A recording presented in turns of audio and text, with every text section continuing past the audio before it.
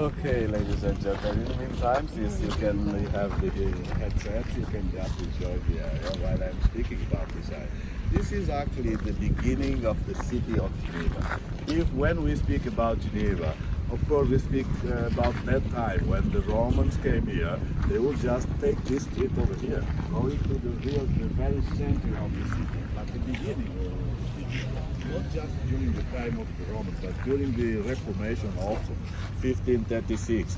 These streets here were used by the Dukes of the Savoy. The priests and the Dukes of the Savoy were the principal enemies of Geneva. But of course they succeeded to have Geneva under their control. After so many aggressions and fights against the city of Geneva, they would take this place. This place here is called this is from here, where they were these gates here, and they would just close it during the time, mainly being feared somewhere. Southerners came here, and the prince of Charles raised the doors and entered here as a deal. And of course, the people of Geneva that didn't have any other choice than receiving him with open arms. And it was very good and very sad also, because the Savoyards were the ones who actually started with this movement of development of the city of Geneva. They were the ones that were keeping the streets and what I can say, watching the Martians and authorizing them. The Martian men, for instance, who would come from the southern part of Europe, going to the north, Italy, France, Spain, the Mediterranean area. People from this area would come, cross the Alps, and of course take this place to go to the north. The north would be, let's say, Zurich, Bern, Germany, the Netherlands, and England, of course, because some of them would cross the British area to Geneva. This is the reason why Geneva developed and evolved in a very rapid way, because here is the place where they would concentrate, and we are going there. But now, this is the Museum of Art and History. There are all the portraits, including the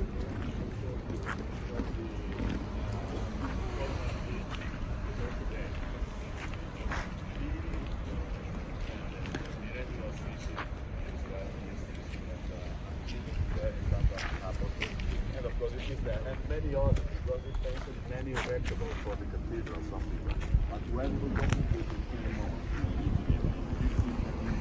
they see every scene from the ship.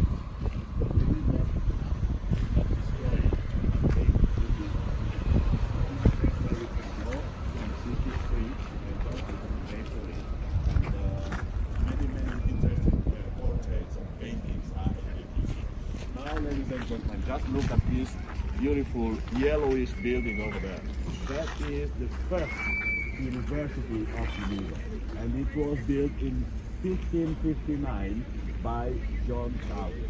John Calvin was the first reformer of Geneva, and when he came here, of course, he is not from Geneva, he is from France. He was from France, and of course, he came here. The people just accepted him, because the people were looking for new ideas, for new system, new ways of living. And what happened? Because the Catholic Church was no longer an organization under which people would be trusted.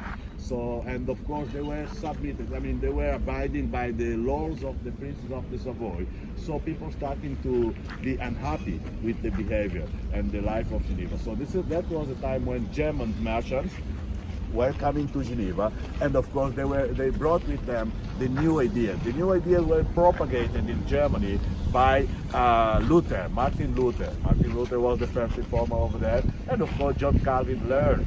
He was very young when Martin Luther started with his new ideas. So he learned from Martin Luther, and of course when he came to Geneva, he was a young man of 27 years old, and of course he still could make Geneva to become a Protestant town. He is the one who in 1559 founded this school, and it was called the first University of Geneva, because they did not only teach them children, but also teach philosophy, history, and many other languages. The main three languages: Greek, German, French, and Latin. were the language that were taught here, including also Hebrew from from the Bible.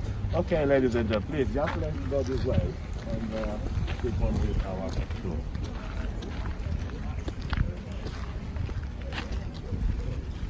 And of course, all these buildings that have been renovated, they are very old buildings. This building, white building here, is the tribunal. It's there where they judge prisoners and so on. But it has been kind of first the tribunal, and secondly, it was an asylum for, elderly and sick people and refugees that would come to Geneva. And of course, because Geneva was facing a very serious moment, and it had become a Protestant country. Therefore, they called it Protestant Rome. It was the time. During that time, this building here was just a prison for asylum.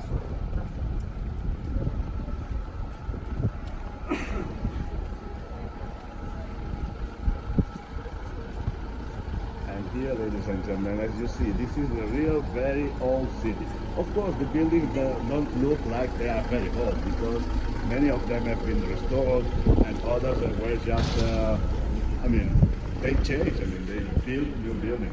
But all this started with the Reformation, not before the Reformation. Before the Reformation, it was the Roman Empire who was dominating here, and after the Roman Empire were the princes of the Savoy. So we have very close relationship with the Savoy because they are a frontier, they are not far from here, and secondly, they were the ones who were controlling Geneva by that time.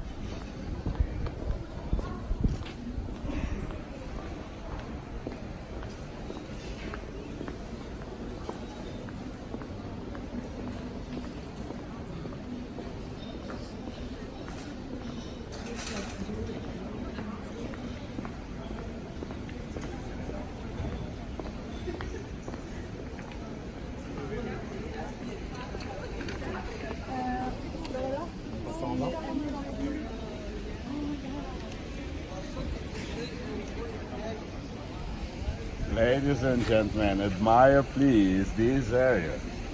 This is the point where the routes that would come from the southern part, the street we saw there when I spoke to you about the Italians, the southern Spain, Mediterranean area, when they would come, they would concentrate it. It is during the Roman Empire.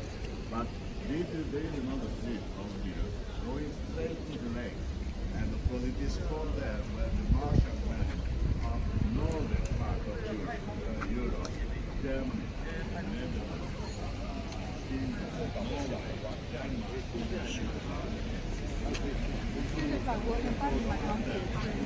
here.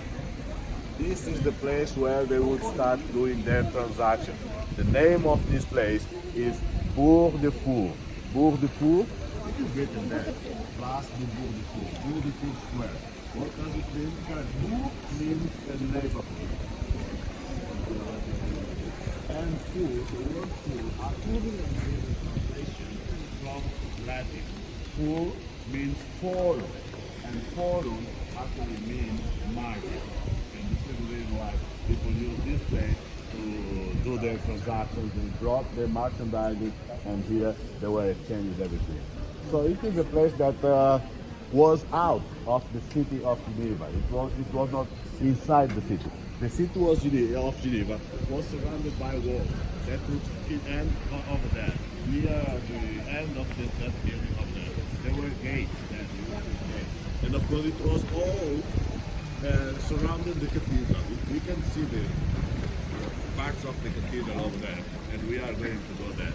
So today, ladies and gentlemen, this building, this area, still is a very interesting area here. As you can witness, there are people sitting down over there. It is a gathering place. People come here just to spend the time, enjoy having a drink over there. They can have hot chocolates here, and they can eat delicious chocolate because Geneva is also a place where chocolate is one of the specialties of Geneva. So if you want to try a very delicious hot chocolate, you may go that. If you want a beer or something, you may sit here in the Place du Four Square, where people enjoy spending some good time. It is always crowded, ladies and gentlemen. When there are during a sunny day like today, I believe in the afternoon you will see so many people sitting down around here. I mean, Genevians and tourists alike, because it is for everyone. Nobody is prevented from coming here. So please, if you have time, ladies and gentlemen, come here to the Bourg de Four. Let's just keep going, so thank you. Yes, in the meantime, you may take your picture, ladies and gentlemen, because it is a very interesting place.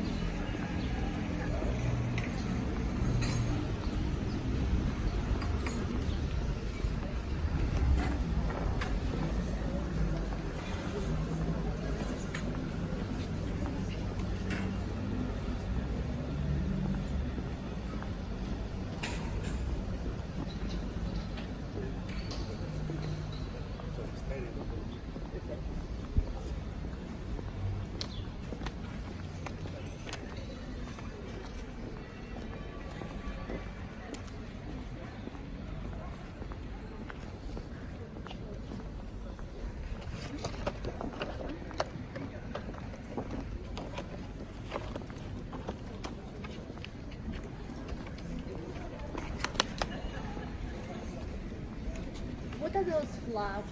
That is the point we are going to speak now, lady. Okay. Okay, ladies and gentlemen, here we are. This is the street of the government of Geneva. Of course, the government is not here. It's the last building over there. We are going to see it later. But the street starts here. And as you can see, there are many flags here. So what does it mean? Well, to speak to you about the flags, I have to speak to you about Geneva. So Geneva is part of the Confederation of Switzerland, but it has not always been part of the Confederation of Switzerland. Geneva joined the Confederation, and the symbol of the joining of Geneva, I mean, this is symbolized by the two ladies we saw when we were entering or crossing the bridge. So one was Helvetia and the other was Geneva. But even Switzerland itself did not appear as one. There were three. The beginning, there were three cantons that made up Switzerland. And of course, with the centuries, other cantons were joining. And here I have a small map, ladies and gentlemen. It will not be so visible, but I think you will still be able to see it. Here, okay? Okay, ladies and gentlemen. You can see, this is...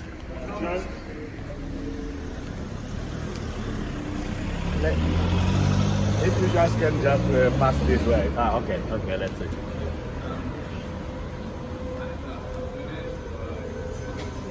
Hey, Sylvain, je suis avec un autre groupe. À tout à l'heure.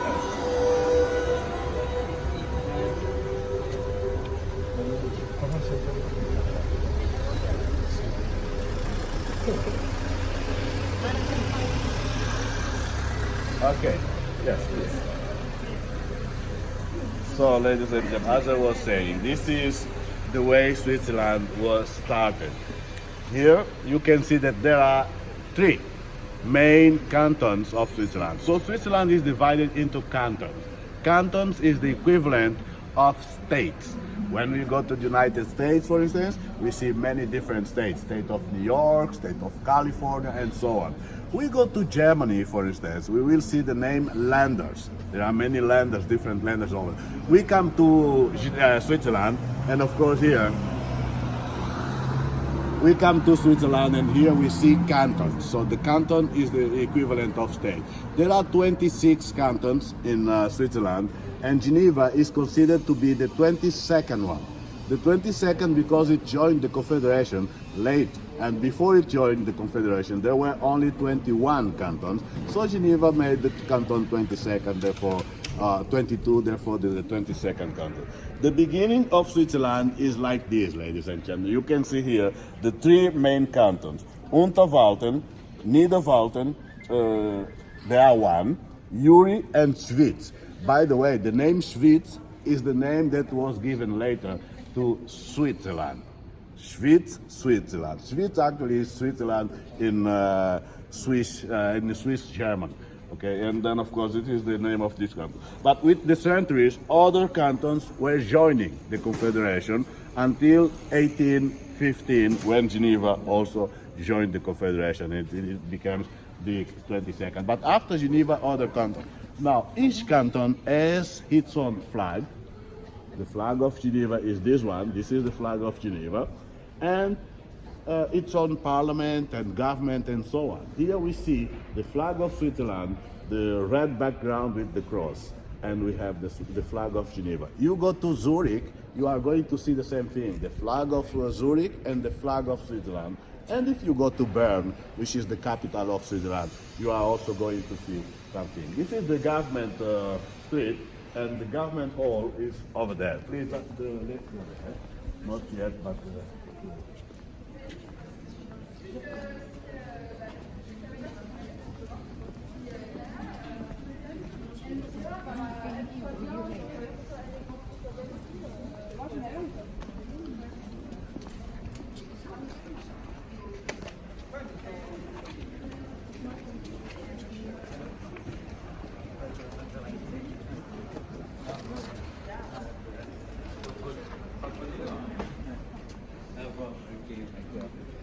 Yes.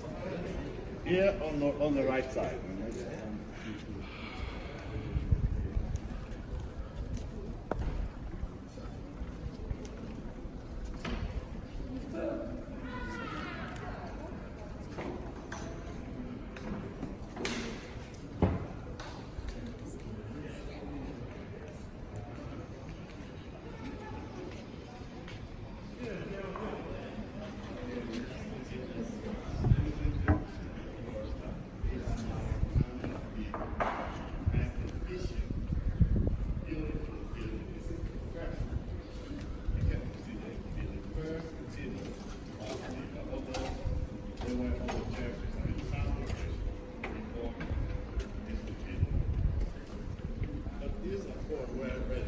Churches that were here, and they really don't have, I mean, they have their importance, historical importance, but this is the building, ladies and gentlemen, where everything started in 1160.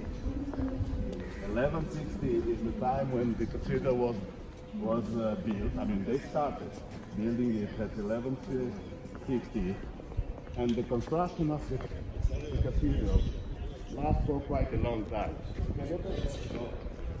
There in front, because there we can, and just be careful, ladies and gentlemen. These chains are the chains that surrounded the cathedral, but also the chains that would be used in times of aggression, for instance, to not give the enemy the opportunity to invade Geneva. They would just put chains everywhere, all over the city, and it would prevent the enemy of coming and passing through, entering Geneva.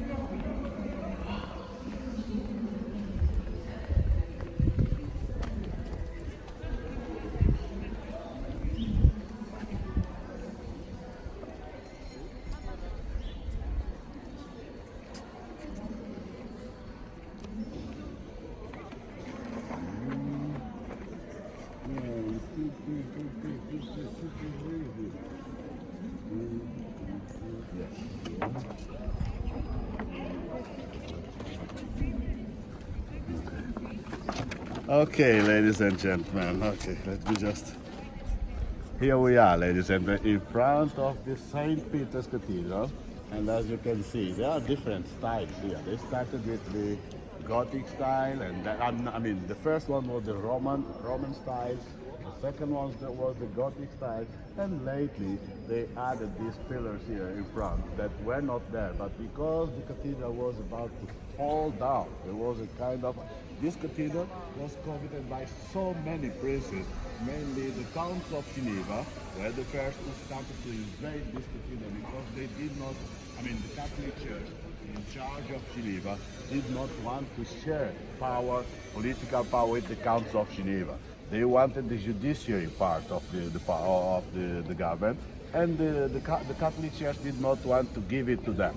So conflict began between the Counts of Geneva and the Catholic Church.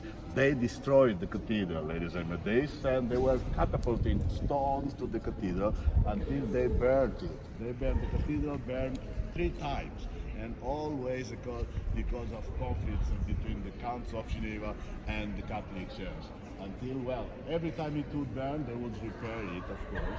And this is the last time when, just in the, let's say, 18th century, end of 17th, they put these pillars here to support the northern part of the cathedral, because the northern part of the cathedral, that part over there, was collapsing. So they just had to put it to maintain the cathedral. And this is the way the cathedral looks like today. But I just have the pleasure to show you the first centuries that you can see if you go inside that part over there. They are still going on doing archaeological works to see the remains of the first centuries. And one of them, this is the first one, between 10th and 11th century, okay? Between the 10th and 11th century, the centuries were like this. The cathedral here in the middle, okay? This is the first cathedral. And then, of course, there were just new buildings. They were building it. And the cathedral in the here, let's say, yes, 1750, the cathedral was like this, okay? So the beginning is here, and here is the cathedral of the 1750, 18th century, when they changed everything. And this is the last part of the cathedral that was built just at the beginnings, at the end of the 1700s, beginning of the 1800s, just to support the cathedral, because it was threatening collapsing again. So now, ladies and gentlemen, we see the cathedral from the outside, of course. It was, the building of this cathedral started in 1160, and it extended for more than almost 100 years. Why? Because, well, it started with Ardusius de Faucilly. He was the first bishop in Geneva who started to rebuild the cathedral. But then it extended because there were many conflicts with the Counts of Geneva. They had to stop the works and so on. And it just extended for 1260, almost 100 years, ladies and gentlemen. And of course, it ended with the episcopate of Aymon de Grandson. That was the bishop who is supposed to have been the man who finished the works of this cathedral. So I will invite you to go inside the cathedral, ladies and gentlemen. You are going to see the difference between the cathedral of the Catholic Church and the cathedral of Protestantism, when in 1536 Protestantism took over Geneva. Please do come with me.